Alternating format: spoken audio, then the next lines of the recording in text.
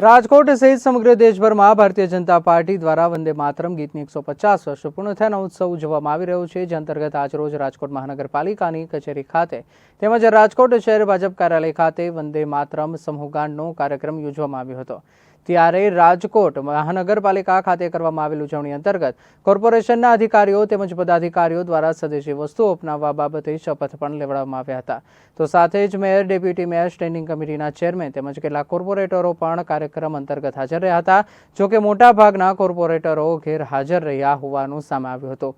ત્યારે સમગ્ર મામલે મીડિયા સાથેની વાતચીતમાં મેયર નૈનાબેન પેઢડિયા દ્વારા જણાવવામાં આવ્યું હતું કે કોઈ કારણોસર કેટલાક કોર્પોરેટરો બહાર ગામ ગયા હોવાથી તેઓ કાર્યક્રમમાં ઉપસ્થિત નથી રહ્યા। તે સિવાયના કોર્પોરેટરો હાલ કાર્યક્રમમાં હાજર છે। ઉલ્લેખનીય છે કે વંદે માતરમ ગીતની રચના બંકિમચંદ્ર ચટ્ટોપાધ્યાય દ્વારા વર્ષ 1875માં કરવામાં આવી હતી। તેમજ બંકિમચંદ્ર ચટ્ટોપાધ્યાય દ્વારા ગીત તેમની આનંદમઠ નામની નવલકથામાં સમાવિષ્ટ કરવામાં આવ્યું હતું। રાજકોટ મહાનગરપાલિકાની અંદર જ્યારે વંદે માતરમને 150 વર્ષ પૂર્ણ થવા જઈ રહ્યા છે, ત્યારે કોર્પોરેશનમાં પણ આપણે વંદે માતરમનું પઠન કરીને આ કાર્યક્રમ કરેલો હતો। એનું ગીત ગાઈ અને કોર્પોરેટરશ્રીઓ, પદાધિકારીશ્રીઓ, અધિકારીશ્રીઓ, કર્મચારીશ્રીઓ અને સોશિયલ મીડિયાના બધા ઇલેક્ટ્રિક મીડિયાના, સોશિયલ મીડિયાના માધ્યમથી આ બધા કાર્યક્રમો આપણે કરેલા છે। આ ગીતની રચના બંકિમચંદ્ર ચટ્ટોપાધ્યાયે કરેલી છે। વંદે માતરમ ગીત છે એ જનગણ રાષ્ટ્રગીતની સમકક્ષ આ ગીતને આપણે દરજ્જો આપેલો છે।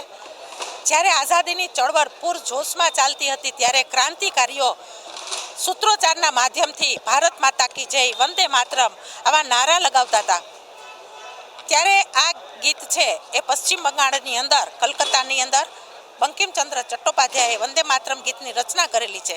પરંતુ માનનીય વડાપ્રધાને આ ગીતને આખા ભારતની અંદર 150મી વર્ષગાંઠ નિમિત્તે વંદે માતરમને સંપૂર્ણ ગીત આખું ગાવું અને આ ગીત છે એના મૂળ જે તાલ છે એના સાથે આનું ગીત ગાવું, આ એક કાર્યક્રમ છે જે ખૂબ બિરદાવવા લાયક છે। કેમ કે ક્યારેક આપણે વંદે માતરમને અડધું જ ગાય છીએ, પણ આજે જ્યારે વંદે માતરમને આખું ગાયું છે, ત્યારે ખરેખર રાજકોટ મહાનગરપાલિકાની અંદર 7 જગ્યાએ અલગ અલગ ક્ષેત્રની અંદર આ કાર્યક્રમ આજે થવા જઈ રહ્યા છે।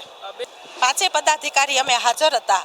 કોર્પોરેટરશ્રીઓ અમુક છે એ બહારગામ હતા, એટલા માટે થઈને એની હાજરી નથી, પણ ગેરહાજર કરતાં હાજર કોર્પોરેટરશ્રીઓ ઝાઝા હતા। અન્ય કારણોસર ક્યાંય બહાર ગયા હોય તો એની ગેરહાજરી હતી, બાકી સંપૂર્ણ રીતે કોર્પોરેશનનો લગભગ સ્ટાફ હાજર હતો।